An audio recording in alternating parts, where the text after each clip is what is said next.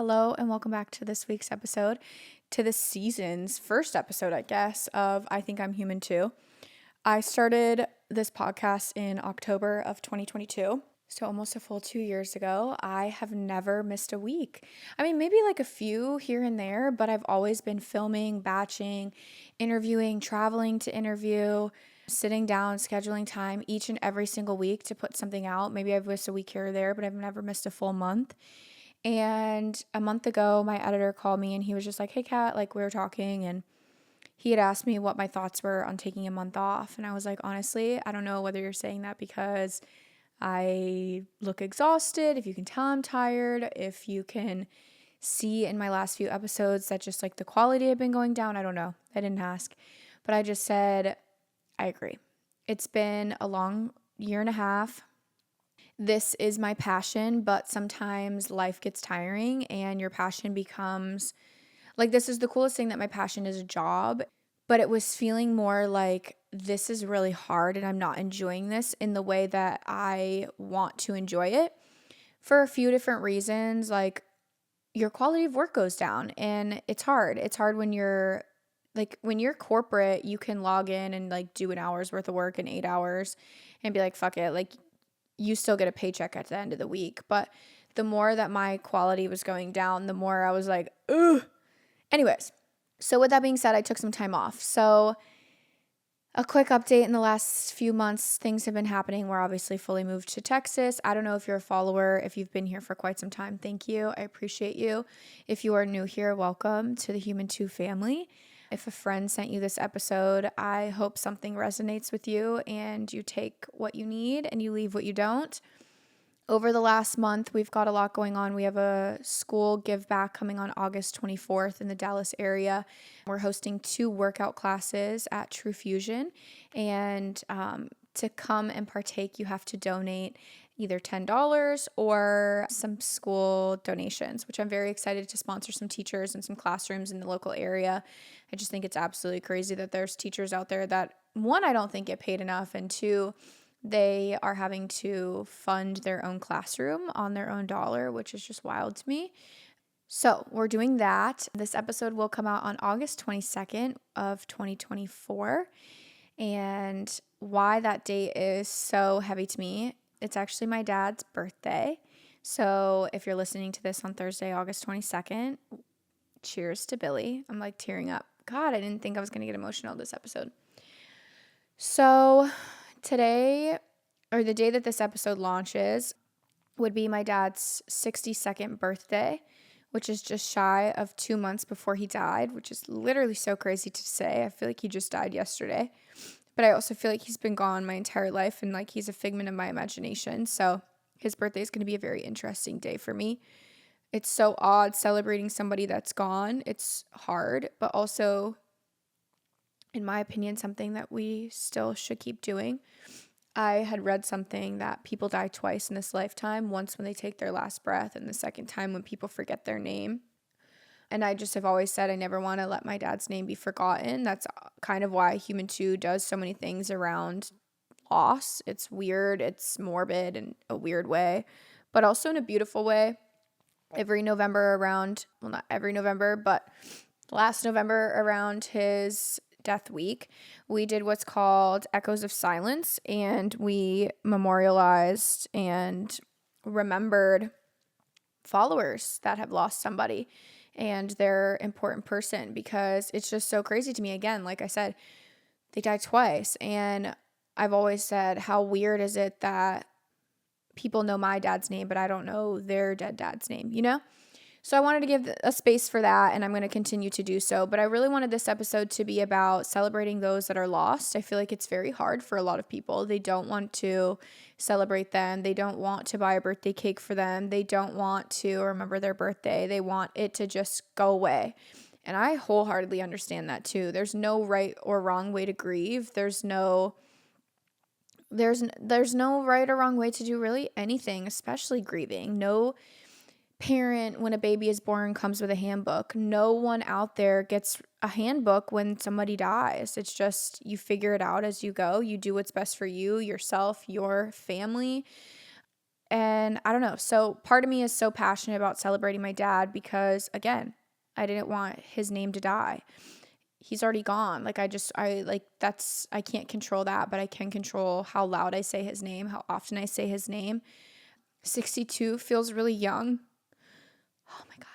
62 is really young. So, like, celebrating his 62nd birthday, I feel so, I don't even know the right word. I just feel like I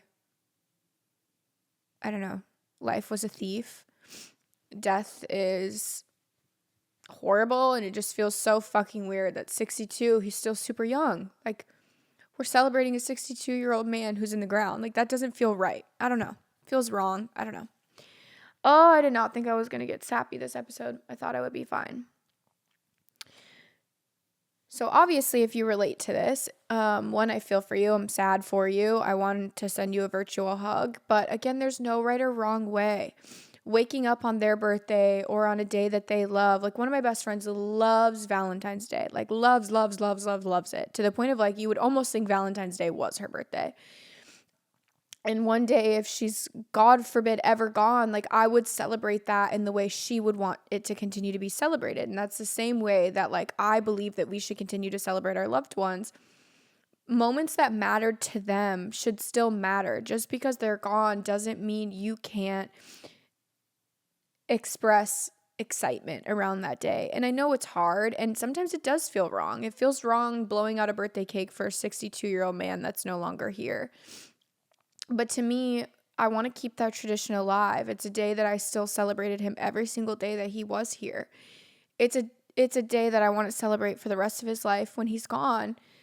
Buying his favorite coffee the morning of his birthday, because that's what he would always do. He would always go get his small skim latte and just celebrate the morning. And, like, it was the small little things in life. And I think that's, oh my goodness, I cannot believe this, you guys. I really did not think I would get emotional.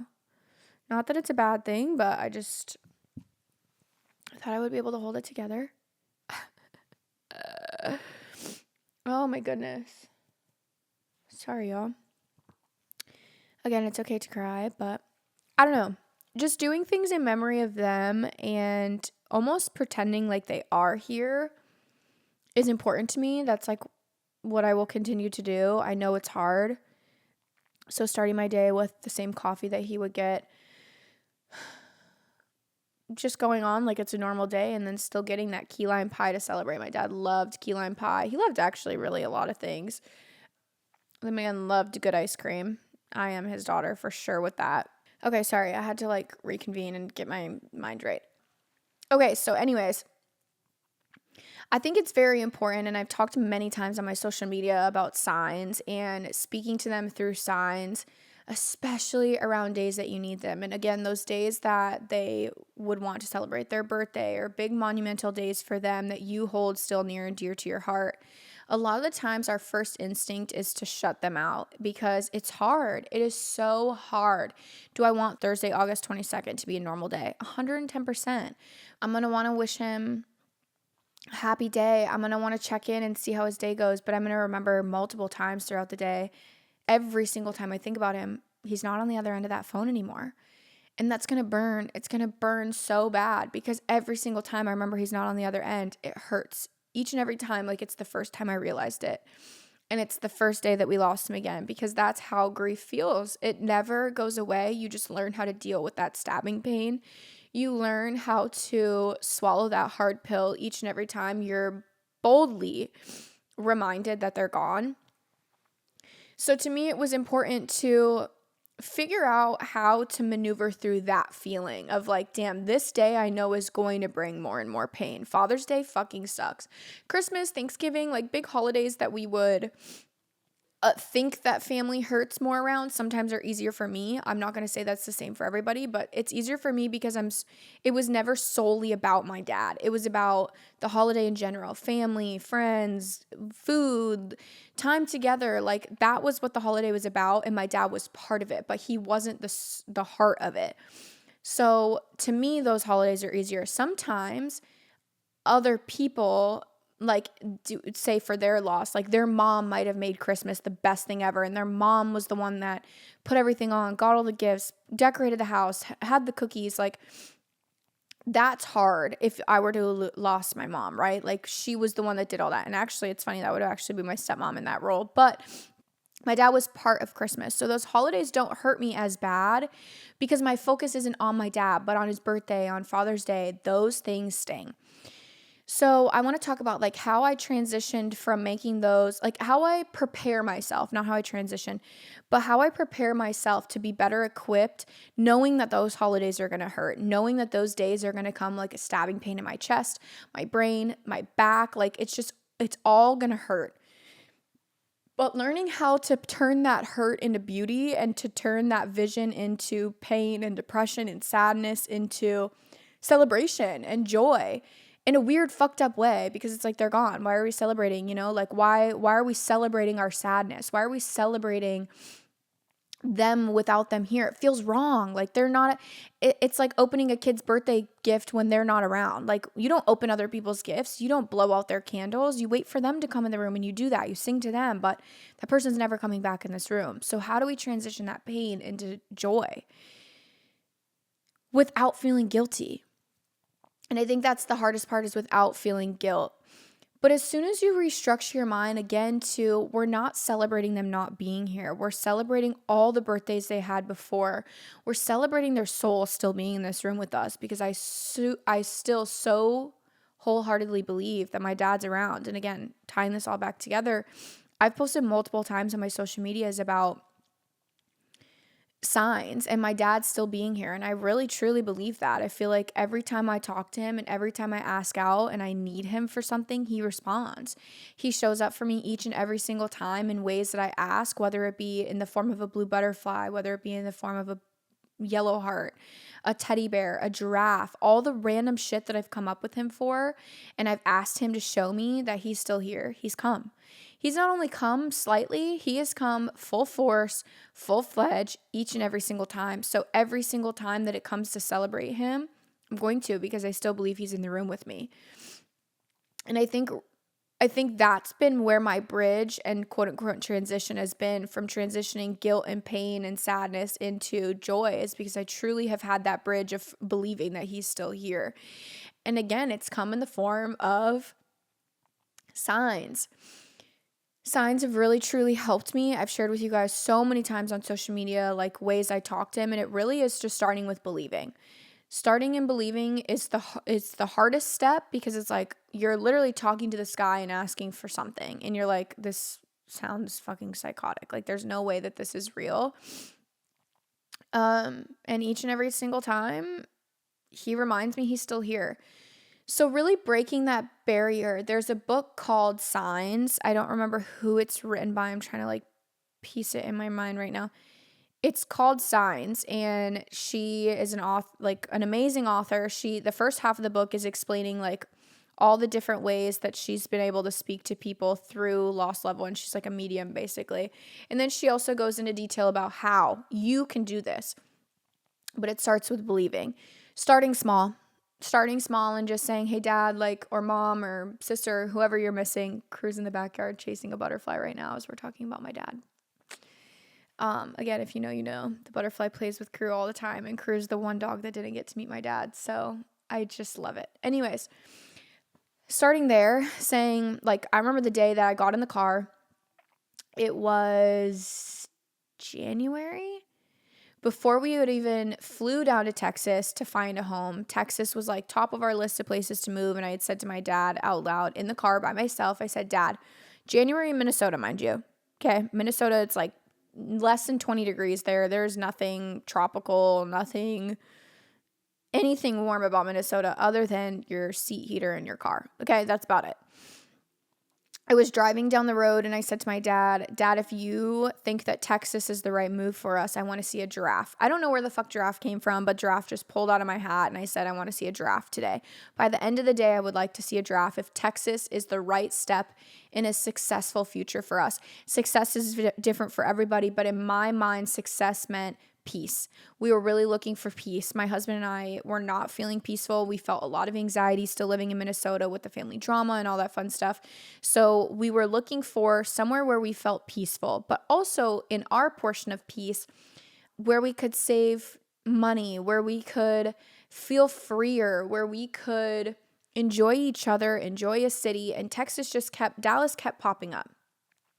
So I said out loud to him that morning, and I'm sorry if this is redundant to you, and I'm sure you've maybe heard this story if you follow me, but the day went on. We ended up celebrating with my best friend and her husband. I don't remember why we went to dinner, but we were going to dinner, and she had just found out she was pregnant. So we were eating dinner, and we were at this Chinese restaurant, and we had a female server, but normally we had a male server. His name was Sam. We absolutely loved him. Still do. Wish him well. Miss him dearly. But Sam noticed that we were there, and he came over to say hi to us. We are all sitting down at a booth, and he's standing up. So, like, we can only see his face. We can't really see, but he had a ball cap on. And Sam had dropped something, and he, like, bent down to get it. And I look up at him. I literally just burst into tears. All that was on his hat was a giraffe. That was it. Just the head of a giraffe. And I told my husband and my best friend that I was looking for a sign for my dad that day, but I didn't tell them what. And when I just started crying, I feel like they could kind of tell, like, something was up, but they didn't necessarily know. And I said, I had asked Dad if Dallas was the move for us in the form of giraffe. I wanted to see it by tonight. And I just broke down, and I was just crying. And every single time that I've had experiences from my dad, like, we literally landed in Dallas that morning. We landed in Dallas. We were only here for 2 days. I've told the story a trillion times. And I have on video, I said to my husband and I, we picked 2 signs that we wanted to see that day, signaling that the house was the right house. We wanted to see something along those lines. And the first day we walked into a bedroom, and it was a little girl's room in this neighborhood that we ended up buying in. And it was a little girl's room with giraffes all throughout the room. And I was like, okay, I feel like we're in the right direction. The second morning, we came to the same neighborhood again. We had seen multiple neighborhoods, but we came back to this neighborhood because we were like, we feel like our house is in this neighborhood. If you've seen the TikTok videos, all the signs that came that morning were absolutely bone-chilling beautiful. In the video, on day 1, we had said, Dad, like, if we find the right house, we want to see a teddy bear. And my husband said he wanted to see a massive bird, like a huge, huge bird. One that was, like, so powerful that we were like, holy shit. The day that morning 2 came around, we pulled up to the lot, and whatever, you guys know the story. I had seen a teddy bear. It was on my cup. And mind you, we only looked at one house this day, so we knew, and this is the house that we ended up buying. Anyway, signs really helped me to believe that my dad is still here. So in my mind, I transitioned it from, yes, we're no longer celebrating his physical being here on earth. He's no longer blowing out his own birthday candles, but his soul is in this room with us. And I am celebrating his second birthday in heaven, his second birthday where he's surrounding me and my brothers and his loved ones dearly. In every different form, he's with all of us each and every day. And I hope one of my brothers is blowing out candles in their home for him, or whatever brings them peace on the day of his birthday. But to me, we're celebrating his second birthday in heaven. To me, we're still celebrating his 62 years of life that he would have had here, his 60 years that he did physically have here. I don't know. It just made it feel easier in that sense. Like, as soon as I transitioned with signs, like, signs truly are what keep me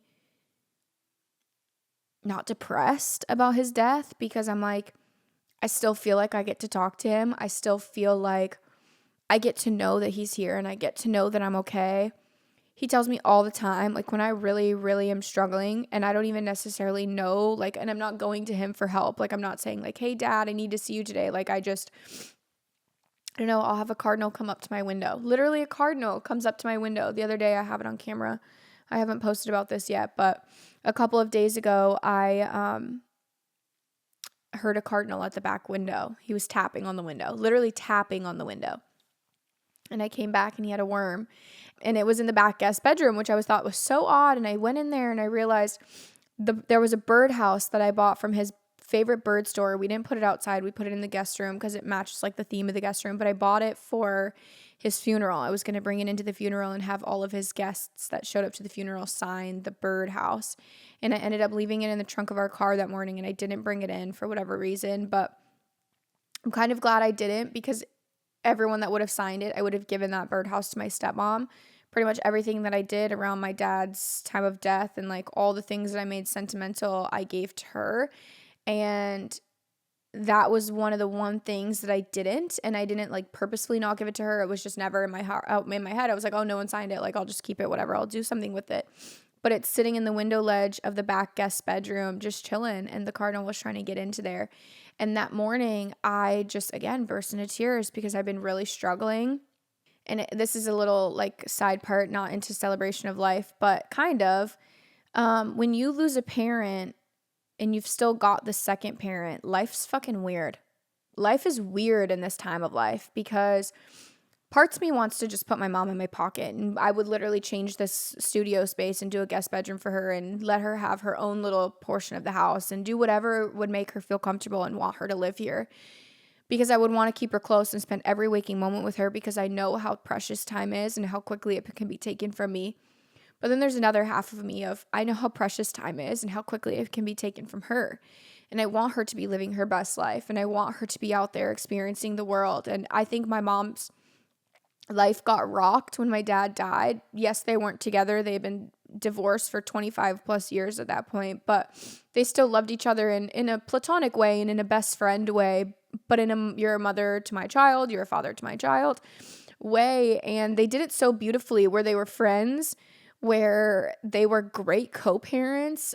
And I think watching, my mom was the only other person in the room with me when my dad took his last breath, and my mom watched it too. And I know that that's a hard trauma. It's a hard trauma for me, but I'm sure it's even harder for her in the sense of like, she had to watch her kid lose her dad. You know what I mean? So like, my mom watched not only her only children's father pass away, but she also had to watch her daughter watch her own, like my dad pass away in front of her. And I'm sure my mom really, really took that to heart, clearly. Like, there's no way you can't. And my mom retired early. My mom's only in her early 50s. She quit her job. She's living a life that she truly wanted to go live. And I'm proud of her. I'm excited for her. I love that she's getting these moments. Like my dad had always said, when you guys have kids, I'll retire and I want to daycare for them. His best friend had done that with his best friend's daughter, had children, and daycare's expensive, and he was in a position to retire early, and he did that, and he lives his best life. And my dad had always said that he wanted to do so. And I think that hurts, like hearing my dad always say, like, I'll retire when, and he died before he could even retire. And that shit's sad. It's so sad. And I think my mom really just looked at it and was like, I'm not going to be that. I'm not going to do that. I want to live for the now. Yes, I might not live this magnificent life. I'm giving up a really great salary, awesome benefits that could maybe progress me much, much further in life. But I think when you're in your 50s, like, who gives a fuck about a nice house? Who gives a shit about what kind of car you drive? It's about the experiences you have under your belt. Why spend $4,000 on a mortgage and car payments when you can live off of $1,000 in a small house, no car payments, and travel? You can live every single day freely, and everyone's got different, like, everyone's happiness in life is subjective, but that's my mom's happiness.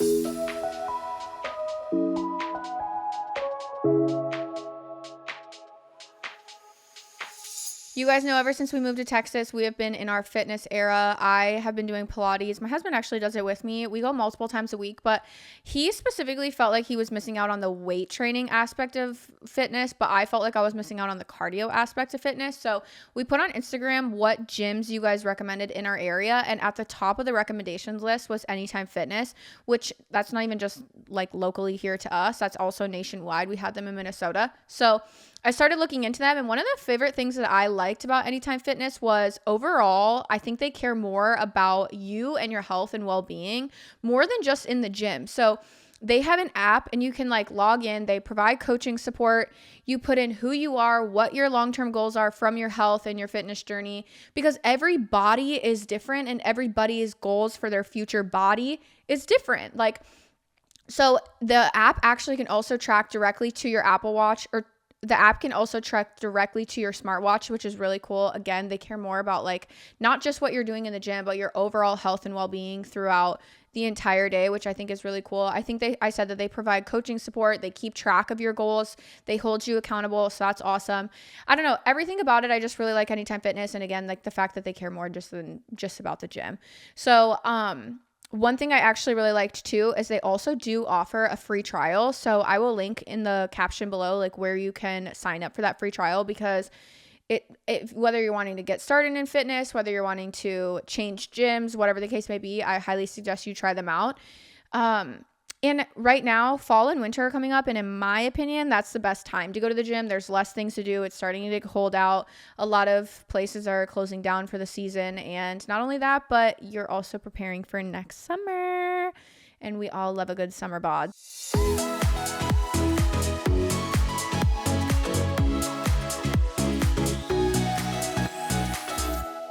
A really low-key minimal life, but she doesn't have to clock in 9 to 5 anymore.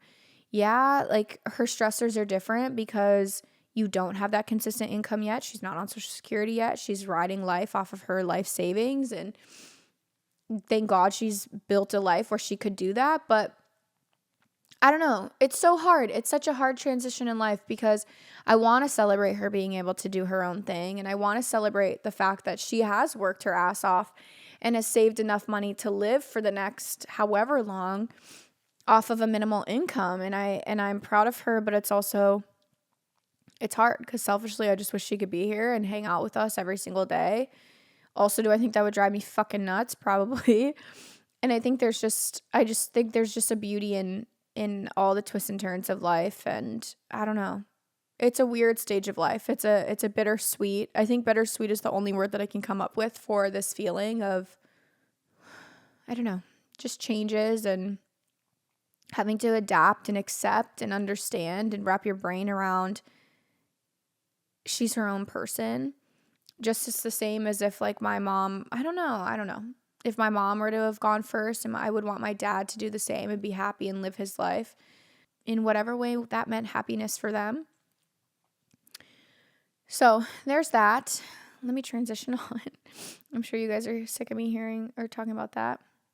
Someone had asked on Instagram stories how we continue to celebrate him and how my loved ones like Raphael help me. So last year for his birthday, I went to his grave and I brought him a coffee. Obviously, now that we're in Texas, I can't do that. I brought him a coffee, and I literally bought a coffee for him. And I remember posting a video thinking this is probably so wasteful, but to me, it wasn't wasteful. To me, it was a healing journey of mine, and that $4 meant nothing in that sense. Like healing versus $4, fuck the $4. And I brought him it to his grave, and I sat with him.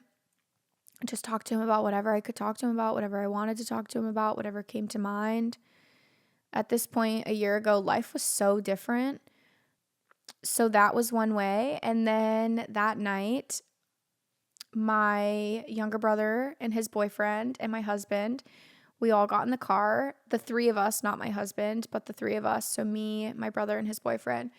We took gummies. We got so unbelievably high.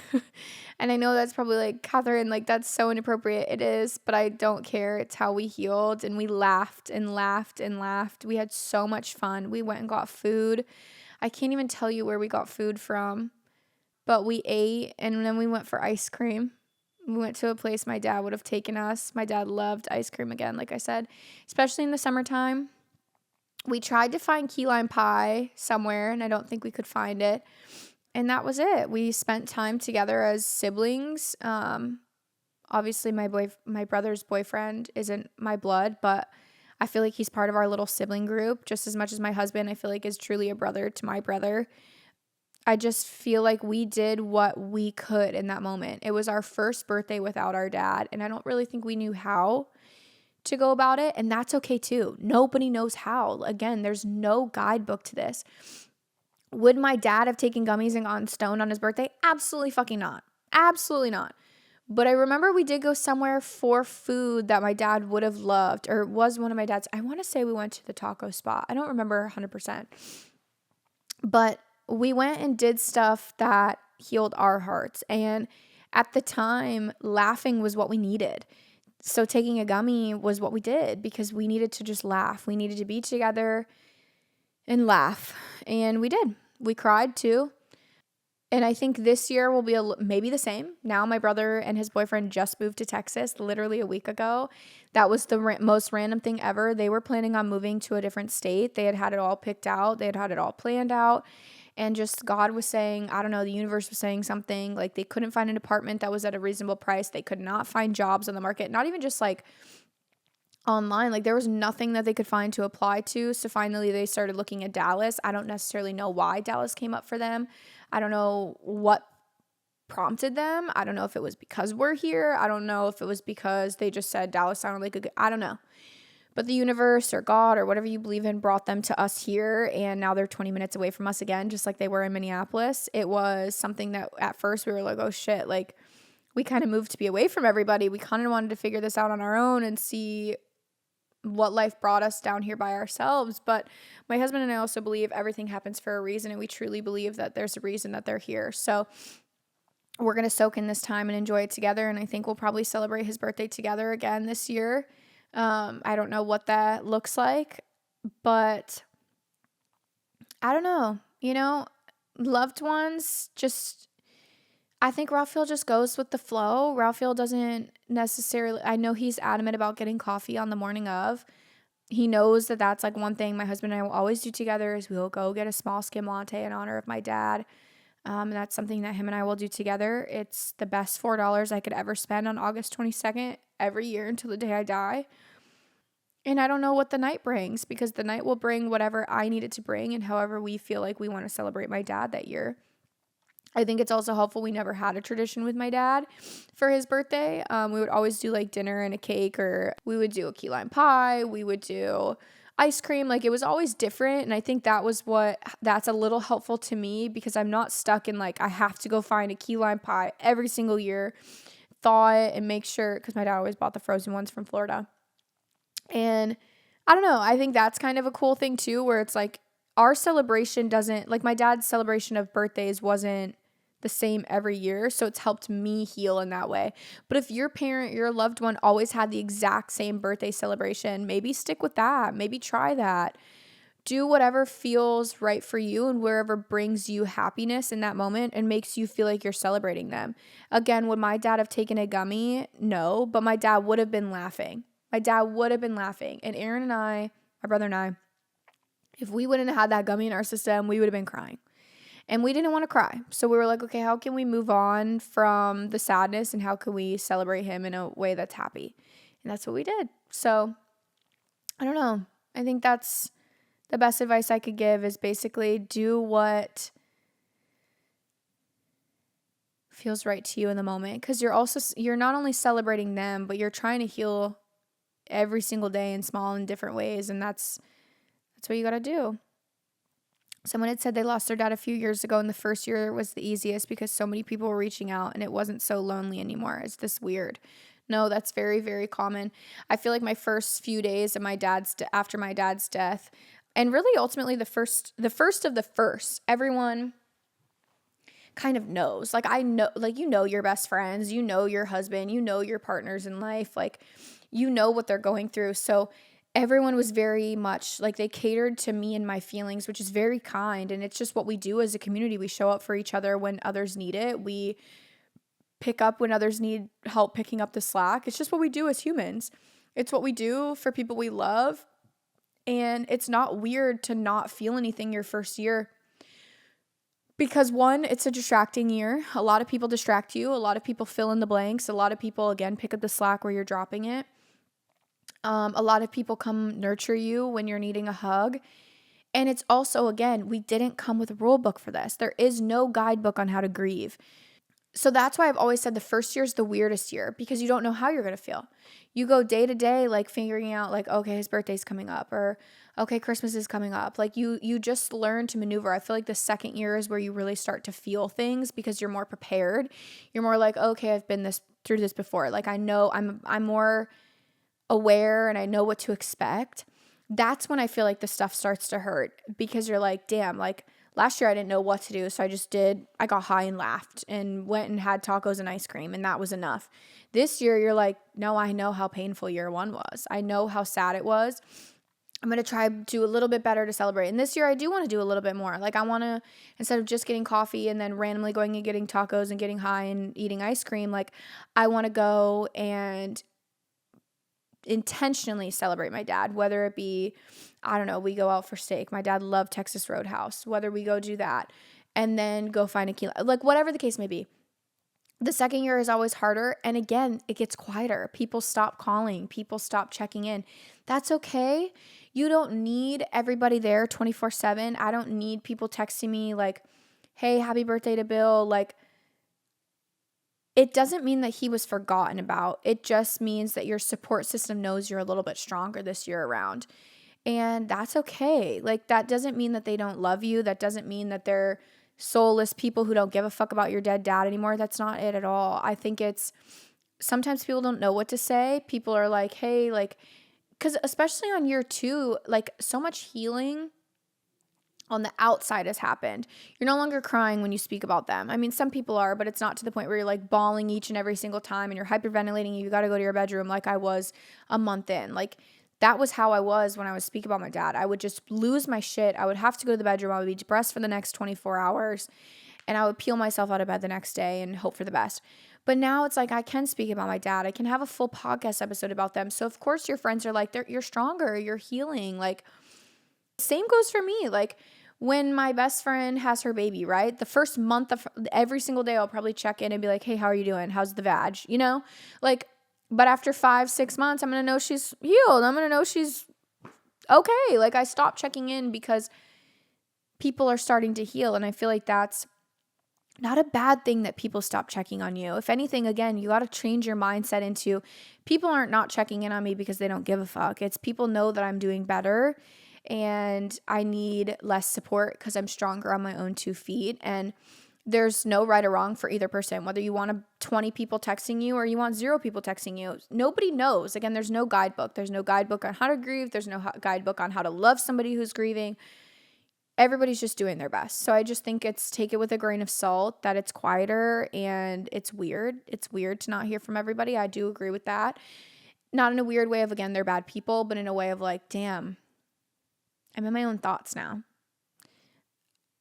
And that's weird. It is for sure weird. How to get past the survivor's guilt. I feel selfish to celebrate when they're gone. I think, one, because if roles were reversed and I was gone, right? And I saw how down bad my dad would be to lose a child, just as down bad it is to lose a parent. I would not want my dad to stop living life. I would not want anyone to stop living life. I would not want my husband to feel like he should have given his life for me. Like, it is what it is. And I know that sounds so blunt and brutal and cold-hearted. It is what it is. Their death is what it is. But it is. They are gone. There is literally nothing that we could do to switch roles. It is physically impossible. All we can do is accept it, heal from it, become better from it, say their name, celebrate their life, celebrate their name, celebrate their time, celebrate their birthdays, celebrate them. Don't let their name die, but also know that they're up there thinking they want you to continue on because they can't. Go live for them. Go live and do the things that they can't do. I remember my first time going to Europe. My dad had never been to Europe, and we actually booked our tickets before he died. A month before he died, I booked my tickets to Europe, and I remember my dad thinking, what? He literally said, what the fuck? Because he just couldn't wrap his brain around how a 20-year-old girl could afford a flight to Europe and had the PTO for it. But times are different. Times are so much different. Back in the day, a flight to Europe was like $2,000. I don't know how much it was, but it was equivalent to a lot. And we had found round trip tickets for $300. That's craziness, $300 or $400. It was craziness. So we made it work, and we had built up our PTO. And I just remember my dad thinking, what the fuck? But he wasn't thinking of like jealousy of like, what the fuck, Catherine? I can't believe you're going to Europe, you dumbass. Like, no, he was like, how cool that you can do that. But what the fuck? Like, why wasn't I born in this time frame? And I think when I hit Europe, I remember thinking like, damn, my dad never made it to Europe, and that hurt. But I also remember he knew we were going to Europe. He physically like his 2 feet were in my house. He physically was here and he was excited for us.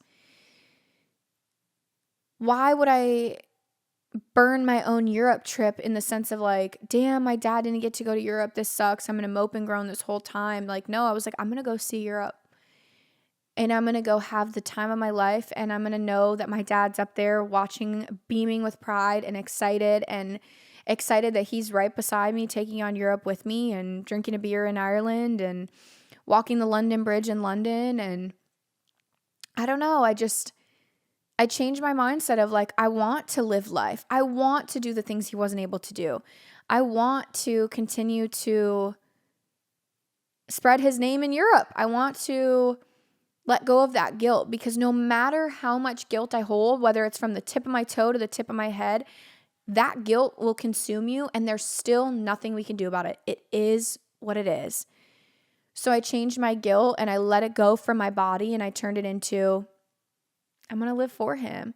I'm going to continue to yell his name from the London Bridge, and I'm going to take a sip of that beer and I'm going to cheers it to this heavens and say, this one's for you, Bill, because it is what it is. And I want to keep living. I want to go to my grave knowing I did everything that I wanted to do in this lifetime. As much as I physically could fill up on my bucket list, I wanted to do so. And I didn't want to feel guilty. I didn't want to hold that in my heart of like, damn, my dad didn't get to do this. I changed it of, I do get to do this in honor of my dad, and I'm going to do this in honor of my dad, and I'm going to enjoy it. I'm not going to mope and groan. Will I have some sadnesses here and there? Absolutely. And I'll let them come and go. But the biggest piece of that is I let them go. I let them come and I let them go just as fast as I let them come. There are so many times where feelings come and they stay. And it's like, we are responsible for how we feel. We are responsible. The guilt is guilty because the guilt is not one of your 5 core feelings. Guilt ties to sadness. At the root of your guilt, you're sad. You're sad that that person isn't here to live the life that you get to live and have the experiences that you're having. Yes, that's sad. That's really sad. But it is what it is. Let the sadness come. Let the sadness go. And understand we're here now. There's nothing we can do. We got to let it go. It is what it is. I'm going to enjoy this. I'm going to change that sadness into joy. I'm going to turn my sadness into peace, knowing that I'm getting things that they didn't get. And I'm filling a void for not only my own heart, but for their soul too. So I think that's really important when you're thinking about like survivor's guilt. I watched my dad die. My dad literally took his last breath in my arm. I struggled for months after his death. I was like, why do I get to be here and he doesn't? Why did he die? Like, watching somebody die is just a really, really, really fucking weird thing to go through in life. And I just remember thinking to myself, why me? Was I the one holding his neck? Like, I have 3 brothers. Like, aren't boys supposed to be stronger? Like, why was it me in that room with him? Why was it? I don't know. I just know that like maybe I was the stronger of the 4 kids to have to deal with that. And maybe my brothers couldn't have slept with it. Maybe they could have. I don't know. It is what it is. I was the last kid there, and I was the kid holding his head and telling him I loved him and saying, what the fuck is happening? But it's not something I can change. There's no guilt. Like, I did nothing wrong. I didn't kill him. I didn't sit there and say, fuck you, Dad, for dying. Like, I literally looked at him and I just said, I love you. What can I do to help you? I remember screaming at him over and over again, Dad, what is happening? What is happening? Please answer me. Like, how can I help you? I did nothing wrong to feel guilt. Like, I did nothing but love him in his last moments, hold his neck and tell him, like, plead with him in the sense of, like, he knew I was hurting. Like, he knew we were all in that room dying. Like, we would have literally all given a piece of our soul to give his, like, to get him back here on earth with us. But it doesn't go that way. And I don't really know where I was going with this, but survivor's guilt is so real. It is so real. But it is what it is. You just got to learn how to turn that guilt, which is ultimately at the root of it, it's sadness, How can we turn that sadness into peace? And how can we turn that peace into joy? And it's a really hard thing to maneuver through because that brain and that mindset is weird to change, like death into joy. Like you're like, wait, what? Like I'm happy he's dead? No, that is not it at all. It's he is dead. How can we turn this horrific, massively saddening, depressing, life-altering tragedy into beauty? And I think the way to do that is to turn his soul into and his death into still keeping him alive in different ways. Going to the Europe trip, having fun instead of being sad and depressed, blowing out his birthday candles even though he's no longer here. Whatever celebration of life looks like for you, do it. And I think that's all I have to say with that. I don't really know. I don't know. Someone had said, I'm going on a Disney trip with my best friend next month who lost her mom this month. It was their favorite place to go together, and I can't wait to hear about her memories. I love that. And sometimes someone who no one in my close circle has lost a family member, but I am more equipped of how to show up now, and how to celebrate their loved ones. But I think that's just it. Just go and celebrate however that celebration may look for them, and just try to keep the vibes high, keep things positive, let them talk, let them not talk, maybe ask minor questions of like, oh, what did you, like, kind of vibe. If you know them well enough, you're going to know, like, do they want to talk about it? I love talking about my dad. So like when people ask about him, I won't shut up. I'm like, but there's sometimes where people are like, I don't want to talk. I just want to go relive memories and just make new memories, whatever the case may be, and go from there. But I don't know. I think it's subjective and situational to everybody, but that's all I got to say to that one. Okay, we've been here for quite a while. I hope that this first episode back helped someone out there, whether you needed to hear this, whether you want to send this to a friend. I think at the end of the day, again, the biggest thing that I can say to you guys is there's no guidebook, and to doing what's best for you is not selfish. It is exactly what you should do. It's exactly what your loved one would want you to do. Obviously, with everything you do in life, as long as you have good intention behind it, that's the most important thing. If you're not out there harming people purposefully, or say, for example, it's my dad's birthday and I'm running around just being a raging bitch just because it just feels good. Like, obviously, that's not appropriate, but celebrating, living, and just continuing on in the best way that you can is all that you can do. And tomorrow will come, the sun will rise, the sun will set. Just take it day by day, hour by hour, and really, really look for signs. Say them out loud.